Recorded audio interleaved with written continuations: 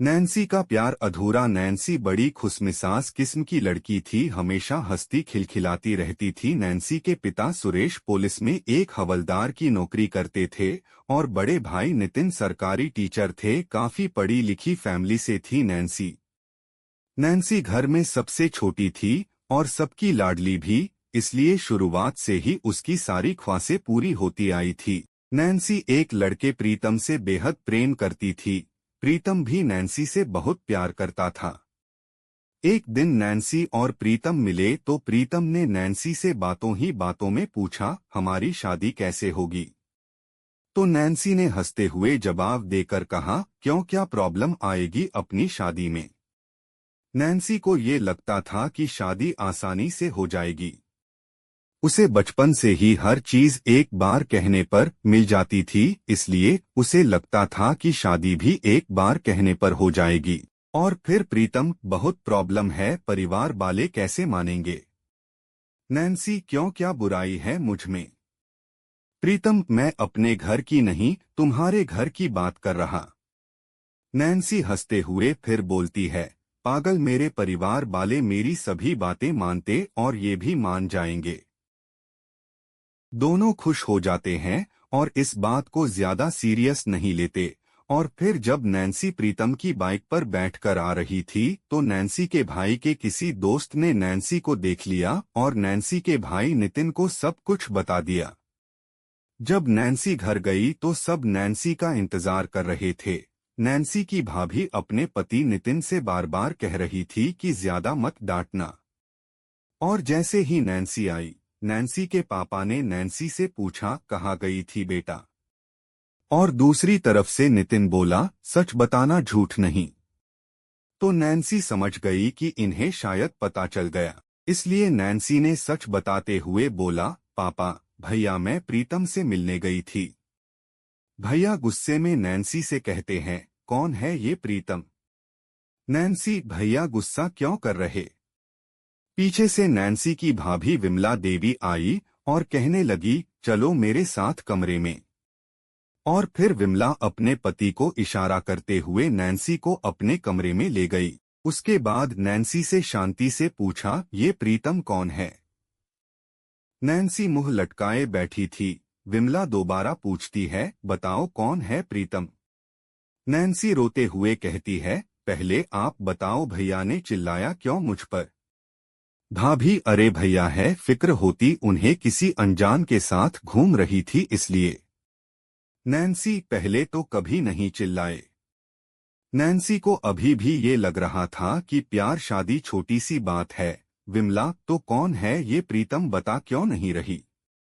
Nancy कुछ देर चुप रहती है। उसके बाद विमला दोबारा पूछती है तो नैन्सी जवाब देती है और कहती है, प्यार करते प्रीतम से और शादी करना चाहते।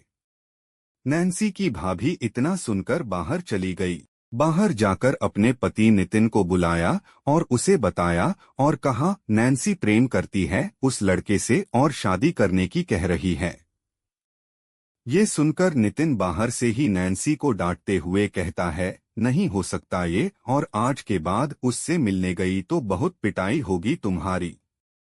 नैन्सी डर जाती है और अब उसे समझ आता है कि शादी हंसी खेल नहीं है और जैसा वो सोचती थी वैसा होना बहुत मुश्किल है। उसके बाद नैन्सी प्रीतम को मैसेज करती है, घर पर कोई नहीं मान रहा, शादी के लिए क्या करे?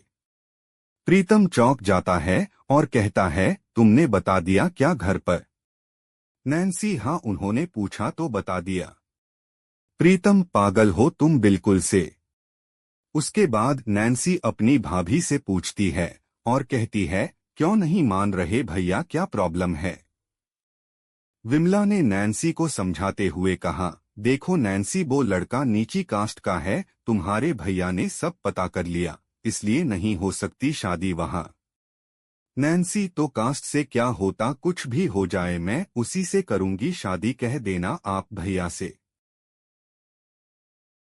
और फिर नैन्सी के पिता और भाई दोनों नैन्सी के लिए लड़का देखता है और नैन्सी को बिना दिखाए ही शादी फिक्स कर देते हैं और इस बात की कोई नैन्सी को भनक तक नहीं पड़ने देता है।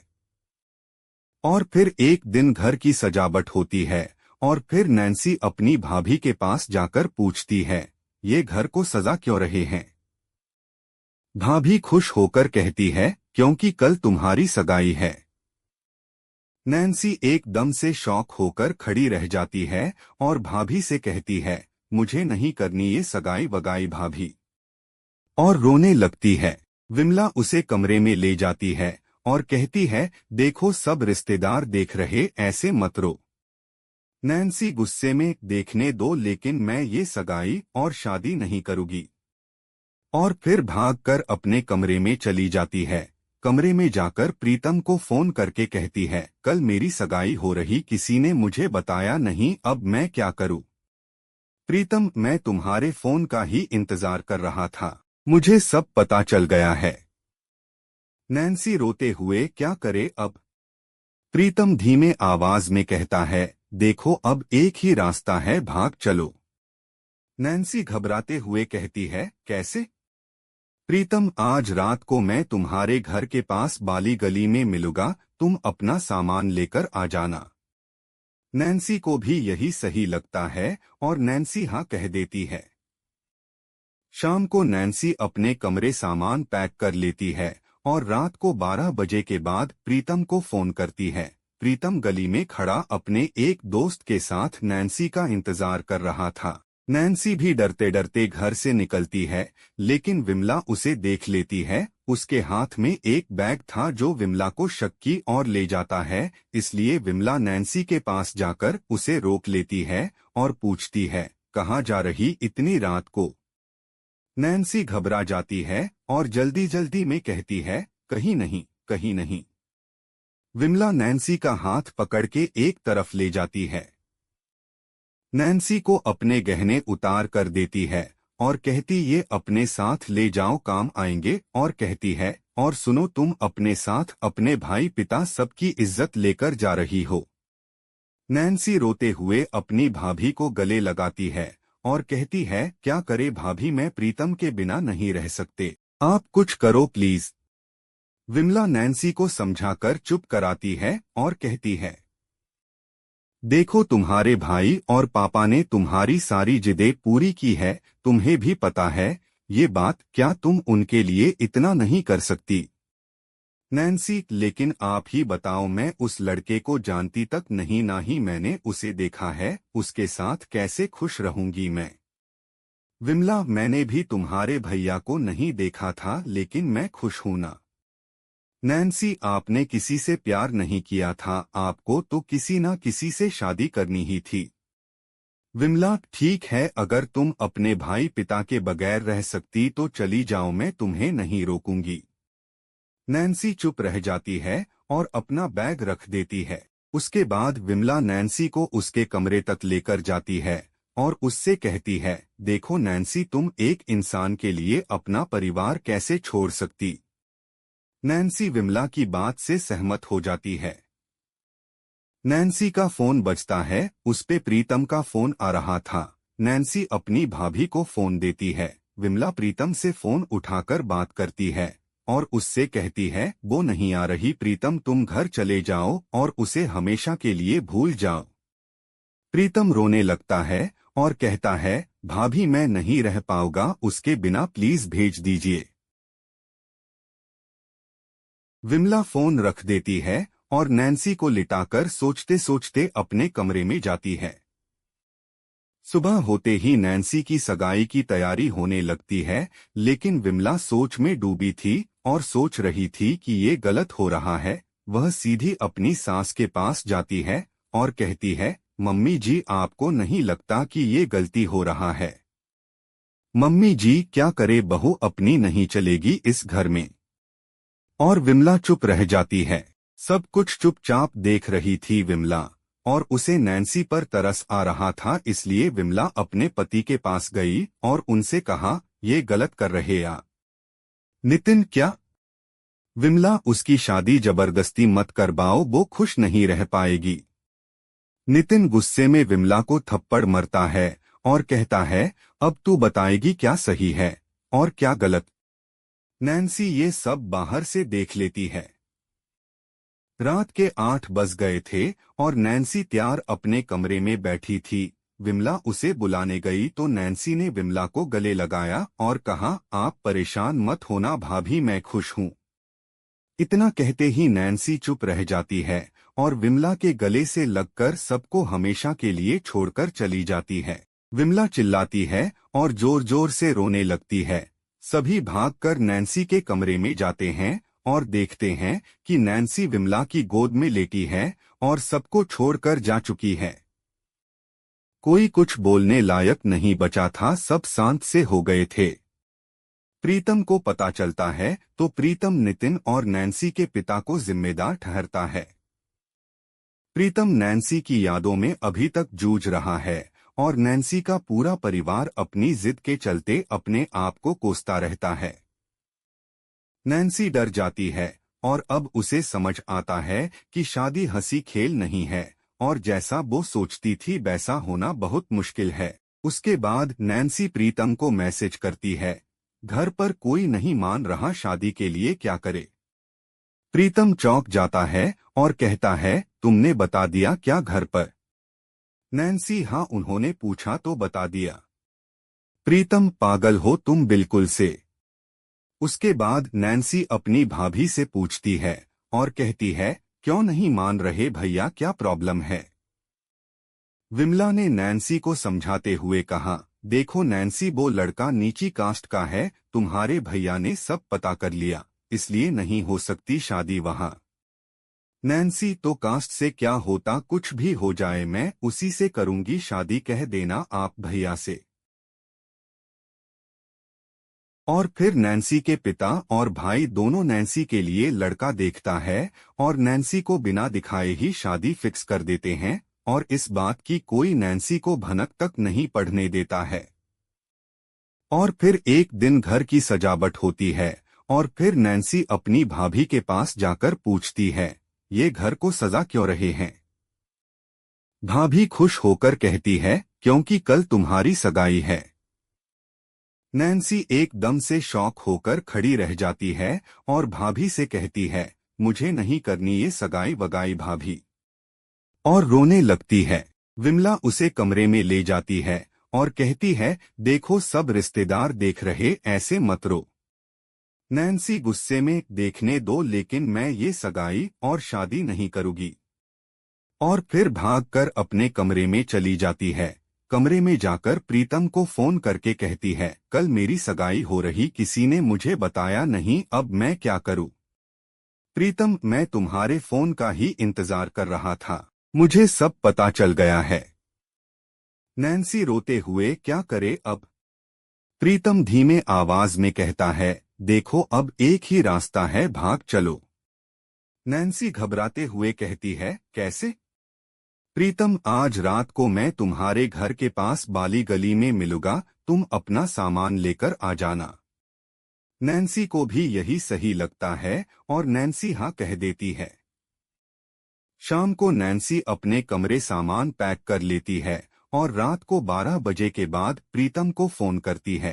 प्रीतम गली में खड़ा अपने एक दोस्त के साथ नैन्सी का इंतजार कर रहा था। नैन्सी भी डरते डरते घर से निकलती है, लेकिन विमला उसे देख लेती है। उसके हाथ में एक बैग था जो विमला को शक की ओर ले जाता है, इसलिए विमला नैन्सी के पास जाकर उसे रोक लेती है और पूछती है, कहाँ जा रही इतनी रात को? नैन्सी घबरा जाती है और जल्दी जल्दी में कहती है, कहीं नहीं, कहीं नहीं। विमला नैन्सी का हाथ पकड़ के एक तरफ ले जाती है। नैन्सी को अपने गहने उतार कर देती है और कहती, ये अपने साथ ले जाओ, काम आएंगे, और कहती है, और सुनो, तुम अपने साथ अपने भाई पिता सबकी इज्जत लेकर जा रही हो। नैन्सी रोते हुए अपनी भाभी को गले लगाती है और कहती है, क्या करे भाभी, मैं प्रीतम के बिना नहीं रह सकते, आप कुछ करो प्लीज। विमला नैन्सी को समझाकर चुप कराती है और कहती है, देखो तुम्हारे भाई और पापा ने तुम्हारी सारी जिदें पूरी की है, तुम्हें भी पता है ये बात, क्या तुम उनके लिए इतना नहीं कर सकती? नैन्सी, लेकिन आप ही बताओ, मैं उस लड़के को जानती तक नहीं, ना ही मैंने उसे देखा है, उसके साथ कैसे खुश रहूंगी मैं। विमला, मैंने भी तुम्हारे भैया को नहीं देखा था, लेकिन मैं खुश हूं ना। नैन्सी, आपने किसी से प्यार नहीं किया था, आपको तो किसी ना किसी से शादी करनी ही थी। विमला, ठीक है, अगर तुम अपने भाई पिता के बगैर रह सकती तो चली जाओ, मैं तुम्हें नहीं रोकूंगी। नैन्सी चुप रह जाती है और अपना बैग रख देती है। उसके बाद विमला नैन्सी को उसके कमरे तक लेकर जाती है और उससे कहती है, देखो नैन्सी, तुम एक इंसान के लिए अपना परिवार कैसे छोड़ सकती।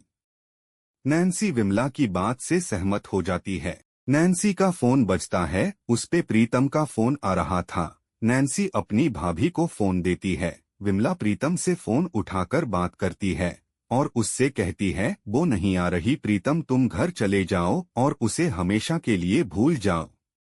प्रीतम रोने लगता है और कहता है, भाभी मैं नहीं रह पाऊंगा उसके बिना, प्लीज भेज दीजिए। विमला फोन रख देती है और नैन्सी को लिटाकर सोचते सोचते अपने कमरे में जाती है।